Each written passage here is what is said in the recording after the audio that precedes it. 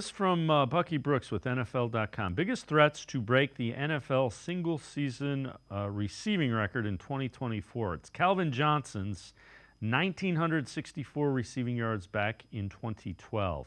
Number one, he has Tyreek Hill. Number two, Amon-Ra St. Brown. Number three, Justin Jefferson.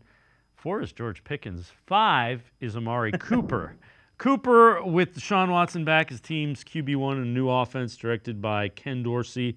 The ball should head in Cooper's direction early and often as go-to guy in the passing game. Considering how Dorsey's previous wide receiver one, Stefon Diggs, racked up ridiculous numbers as the focal point of the offense, it's easy to envision Cooper making a run at that record in Cleveland's offense.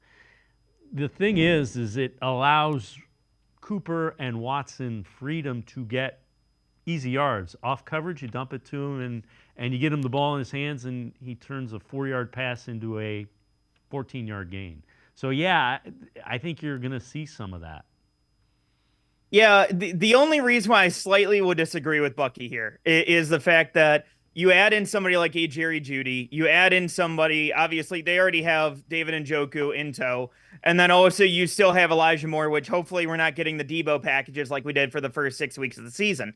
So, if you're not having that, again, you're going to have a more wide open offense. And again, that's where I look at this offense and think that it's more geared towards that. In Buffalo, Josh Allen didn't really have too many other weapons outside of Stefon Diggs. That was the biggest reason why they went after Diggs in the first place. And, they were looking for a secondary wide receiver option last year. They end up going with Dalton Kincaid in the draft as a second tight end instead, along with Dawson Knox. So, I think that for this offense in particular, I think that Amari Cooper is going to have a fantastic season for the Cleveland Browns this year.